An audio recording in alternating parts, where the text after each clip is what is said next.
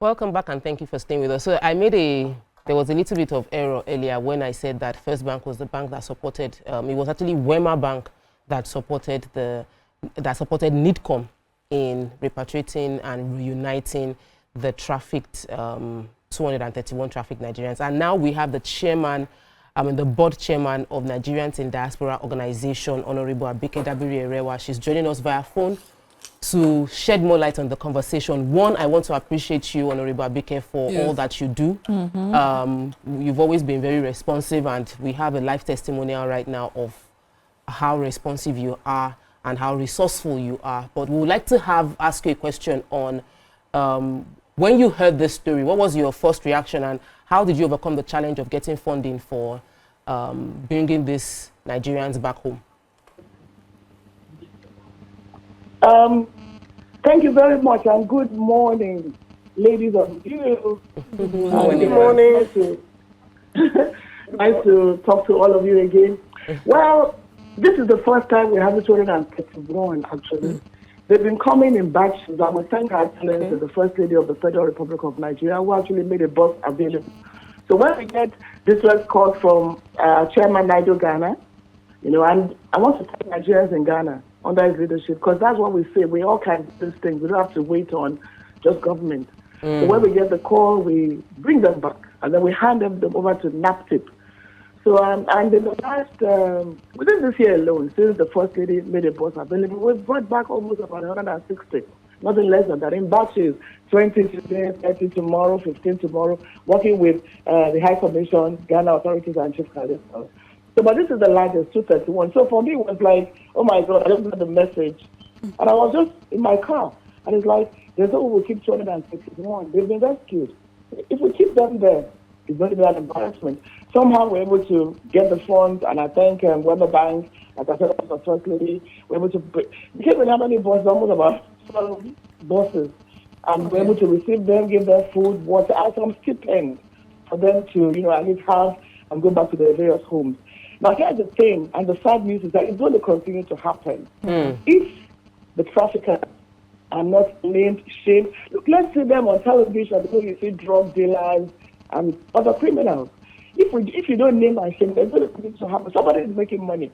Now, the four that we see before this 231, it's like I said, they come in all the time. They came in, got to Lagos at about 10 p.m. So we had to go pick them up, take them to a hotel, keep them there, and the next morning, bought clothes for them, fed them, and then give them transportation money to go back home. All of them, there's a relative that is involved. So all of them was an auntie or an uncle that told them, look, you're going to get a job, and then they get them to prostitution for the boys, yahoo. So I think the traffickers, really, you need to see them. Shame them. NAPTIP is doing that. They've arrested quite a number. I think they said about 7,000 in the last few years. But let's see the faces of these criminals. They are evil. And again, what information I'll share again is that those who came from the 231, actually 27 suspects. So they've been handed over to NAPTIP, who has not handed them over to EFCC and other security agencies. So they will be prosecuted. So 27 came, they were separated, but immediately they were taken away and handed over.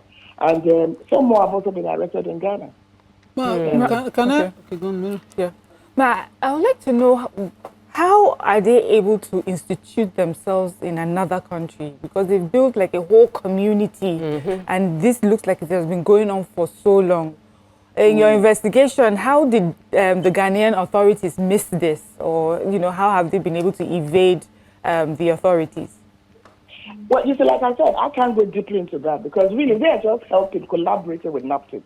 So the issue of arresting, how they're able to get NAPTIP will answer this question. Ours is being in another country, there's a distress, what can we do to help? So really I don't, but I think Chief Calistus and those in Ghana and the security agencies can know more about that. So that's why I said for my own interaction with them and what I've seen, and also talking to NAPTIP, it's more about traffickers. How do they even leave Nigeria? So it's an ECOWAS problem. Look, this is just Ghana 231. There are people stuck in Mali, Cote d'Ivoire. There are still figures there. They come, look, from Cote d'Ivoire alone, the Nigerian mission has brought back in this last 1 year almost about 200. They bring them in batches, 4 today, 15 tomorrow, 20 tomorrow. You know, and again, Cote d'Ivoire arrest. When they pick them up, there's an NGO that they also use in Ghana. They keep them there. You see, you have to profile them first. For instance, you want to know, you know, well, how did you get here? Where's your family and all that? Out of these who came 231, 12 of them were below 17 years old. And 7 of them were twins. So ask them, if your parents know you've been missing for how many years? They mentioned an uncle or an auntie that told their parents they're going to work.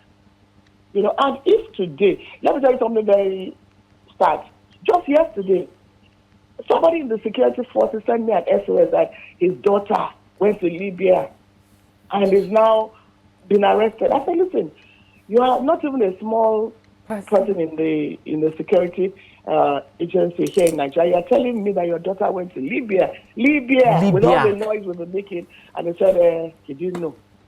He's just getting to know now, asking us to save his daughter from Libya. So from Libya, we brought back over 10,000. Under President Bola Ahmed Tinubu, from January to, as I speak to you, over 5,000. Under Buhari, we did almost 10,000. So the question is, maybe massive awareness, massive greed. Look, it's not about employment. Somebody's making money out of these children. Those children, when they came, said to me, they don't even get the money. They pay the trafficker. Yeah. They don't even get the money. So it's the evil... What about the traffickers? And then more awareness. Like, when they tell you you're going all those scary stories, it does not stop. But ma, how many of these people are really victims? Because I've seen some people who think this is the way to go. I will pay the price and then make it later. People who voluntarily try to go to Cote d'Ivoire, for instance. Yeah, correct. Some just, and then, you know, they pay to go. Yes, but the small children, you see, like I always say, 60 million. When it sends to me, I always ask about age. I'm more interested in those below a certain age. If you are 28 and somebody says you're going to work and you say you don't know, then they pay for it. None of those trips cost less than $1 million naira. Sometimes 2 million naira. So if you have that kind of money, and somebody says you should go to Ghana or Ivory Coast, get another frightening one, Iraq.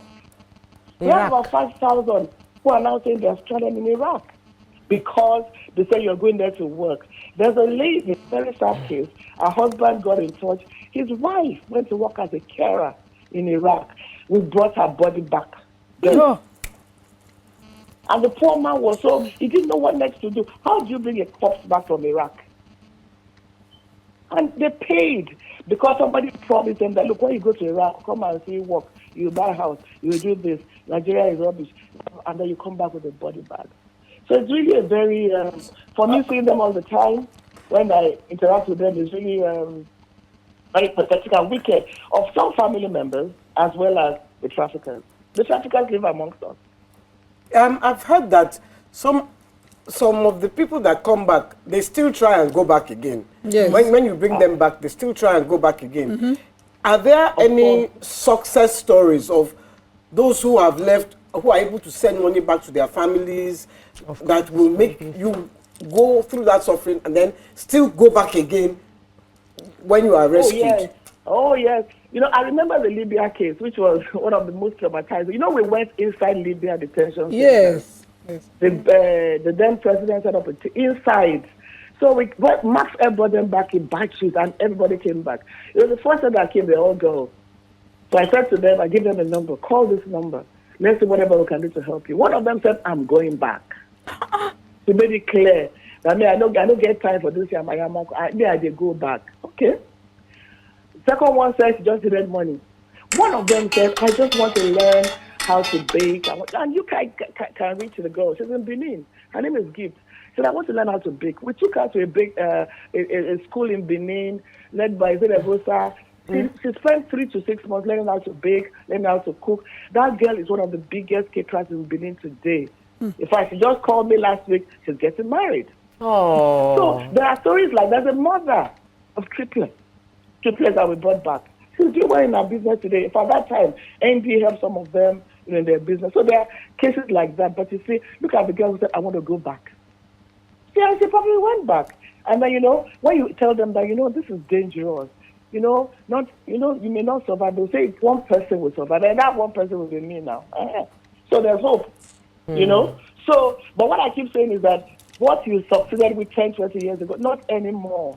The world is a very tough place. And I keep saying that even the Nigeria you're running away from is better than where you're going to. If you did 231 survived, they are alive. Many are dead, particularly in Libya. You can't even, they're just gone. So the survivors, and then we want to thank International Organization for Migration, who helps to bring them back. In Libya, they still bring back maybe 100 today, 200 next month, but they are tired. They're also getting tired of doing that for us. We need to do better. We really need to do better. Thank you so much for your insights, Ma. We'll take a quick break now. We'll continue with the conversation and sort of wrap up. Stay with us. We'll be right back.